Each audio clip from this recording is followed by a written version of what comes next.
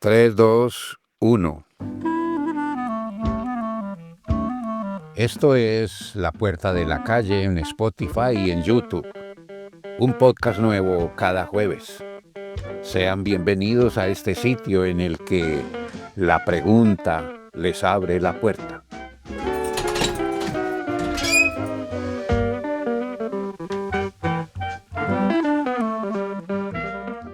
¿No sienten ustedes que hay recuerdos de miedos que parecen mera imaginación?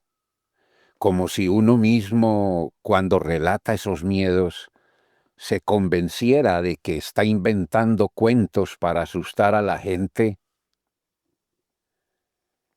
En eso me hacen pensar las miradas y gestos de algunos jóvenes cuando uno cuenta en alguna tertulia familiar o de amigos, o incluso en charlas académicas, ciertos hechos ocurridos entre los años 80 y 90 del siglo XX en Medellín.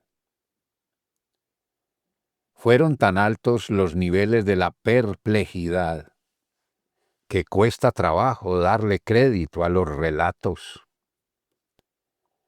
Es como si lo ocurrido en esos años se hubiera convertido en una suerte de mitología paisa, propia de conjeturas en la víspera imaginaria del fin del mundo.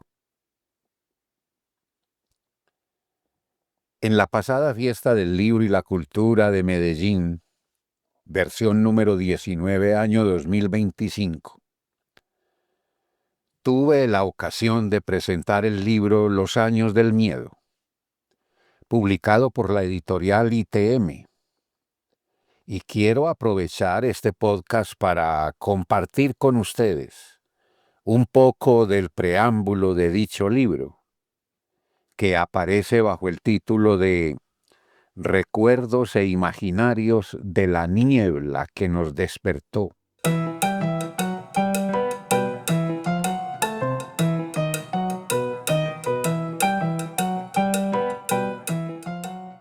Tardé más de 10 años escribiendo 23 relatos que allí aparecen. Son cuentos y fábulas en los que los espejos, la noche, la memoria, el recuerdo, las fotografías, la plaza de toros en persona y la amenaza convertida en ser humano, cuentan lo que pasó, cómo pasó, qué se sintió y qué estragos causó lo que se sintió y no pudo ser comprendido. Aquí partes del preámbulo. Hemos contado esa historia, la misma historia, con sonidos y colores distintos, pero la misma.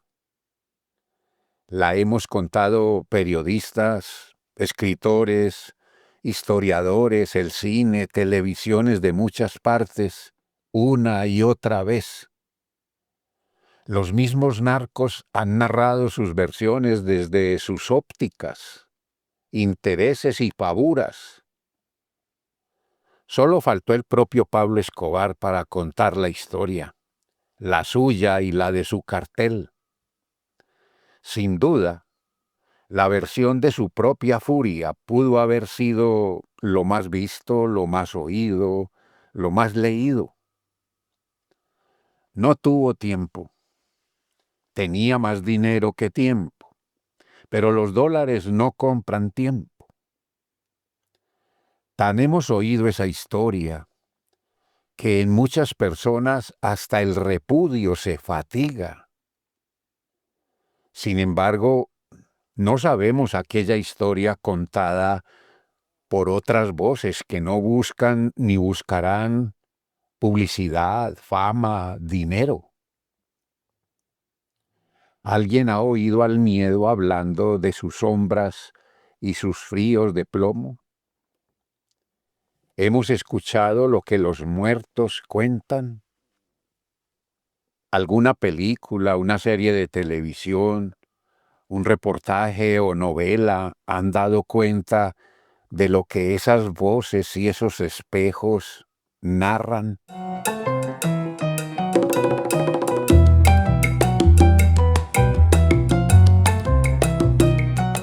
Medellín fue la ciudad más aporreada entonces.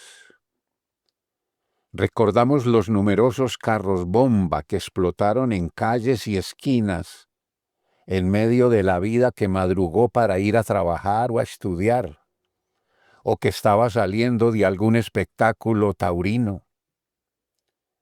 La ciudad fue testigo de asesinatos de magistrados, políticos, jueces, periodistas, abogados y policías, de vendetas que dejaban cadáveres en carreteras, lomas y cunetas, masacres de muchachos en barrios populares, secuestros, aparatosas operaciones policiales y militares, y hasta de la propia baja del jefe del cartel de Medellín.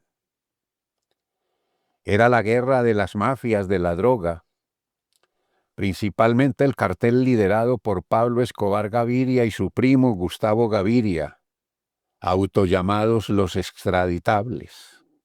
Extraditables.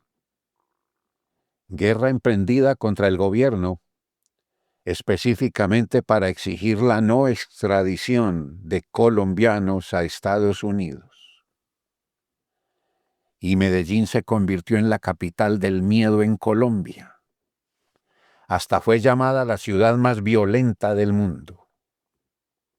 Como ya se ha contado, hubo periodos de pavor en los que, a partir de las 7 de la noche, la ciudad parecía literalmente en toque de queda, sin que mediara orden oficial alguna.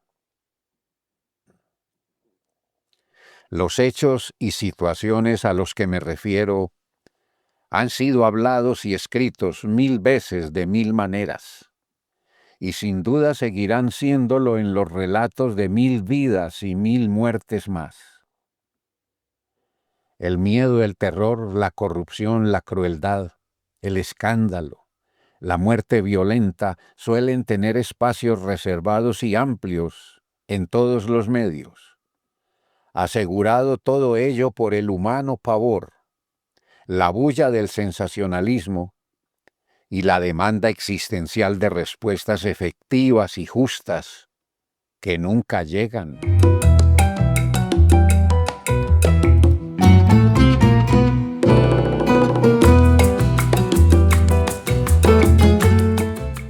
Con la palabra niebla en el título del preámbulo, me refiero a una época específica, pero cierto es que de niebla hemos estado rodeados en Colombia desde que somos país, una república con cortos lapsos de paz a punto de descoserse.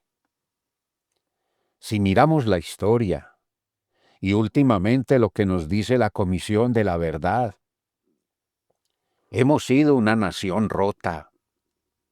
Sin embargo, y paradójicamente, la misma niebla del miedo fue lo que nos sacudió y nos hizo despertar en los finales del agitado tiempo de Escobar. Los años del miedo, en su mayor parte fábulas, es un libro que intenta entrar en lo profundo del dolor y del miedo solo con la humana facultad de imaginar.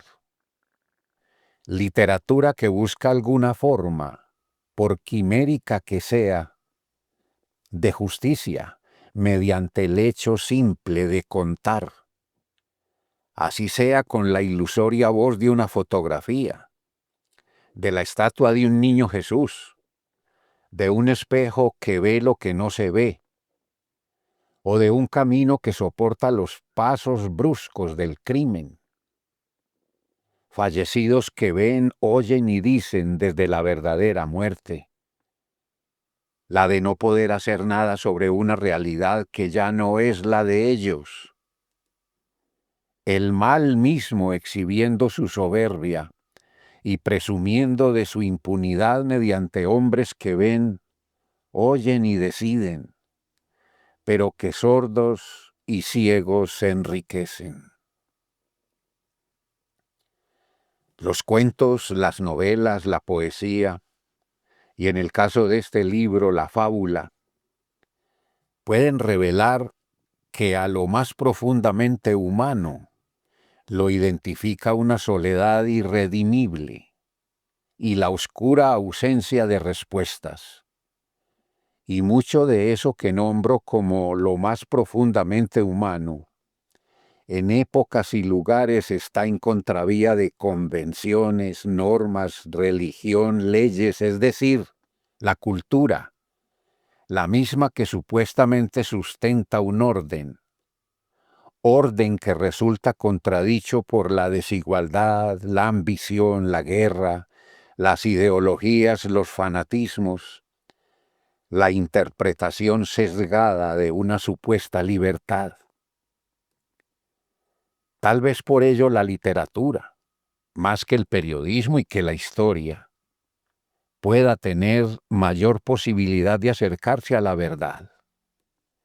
En la literatura, por más ficción que ésta sea, la libertad no es supuesta, no es ficción, y en ello estaría esa potestad de proximidad a la verdad.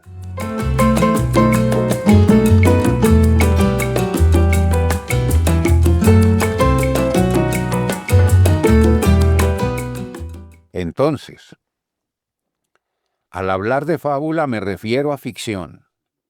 La mayor parte de relatos, situaciones y personajes son en este libro producto de la imaginación. Como de la imaginación popular surgieron muchos cuentos y leyendas sobre Pablo Escobar y sobre otras figuras históricas de las mafias en el mundo.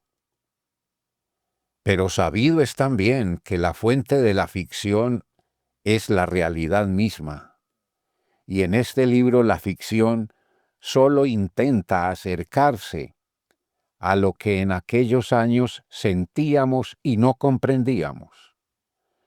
No alcanzaban los espacios ni los tiempos para comprenderlo mediante un periodismo de titulares fugaces. No es una justificación del libro, es un testimonio. Por eso, con estos cuentos y fábulas, quizás intente redimir el vacío que se siente de no haber podido, en mi condición de reportero ante aquellos hechos, ayudar desde lo más hondamente humano a comprender y sobrellevar el estado de desvalimiento en el que anochecíamos y amanecíamos. Búsquedas para las que no hubo posibilidad ni riesgos, ni voluntad de los perpetradores de los hechos, ni colaboración oficial por causa de prejuicios, celos o abuso de poder. Preguntas que no era posible hacer, para las que no hubo tiempo ni fuentes. Sin duda tampoco serenidad ni coraje. Probable bloqueo causado por las tensas circunstancias. Todos teníamos miedo, y la única verdad era la desprotección, la cotidiana sensación de orfandad ante la realidad, como en el verso de Rainer María Rilke. Lo que en definitiva nos cobija es nuestro estar desamparados. Sin embargo, nos hicimos cargo de aquellas noticias que amenazaban con explotar en nuestras máquinas de escribir. Pero de aquel horror, Medellín se levantó. Una gran fuerza que se puso en pie y en hombros de líderes juveniles, organizaciones sociales y culturales, gobiernos, empresarios, artistas, intelectuales, consiguió que la ciudad volviera a respirar y a inspirar.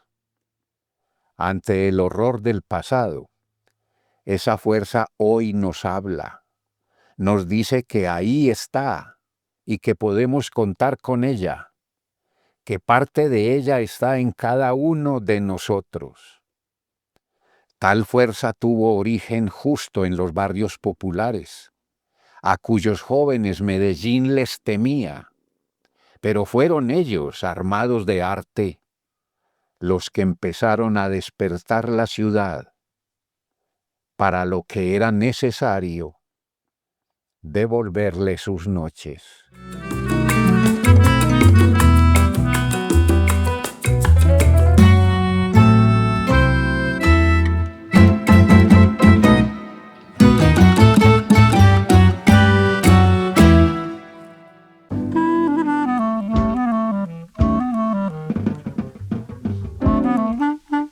Mi nombre es Luis Alirio Calle, soy periodista, hago preguntas, escribo, y esto es La Puerta de la Calle en Spotify y en YouTube. Edición de Sara Isabel Calle. Marcar me gusta, compartir y comentar abre más puertas. Bien, que sean como las semillas, las palabras.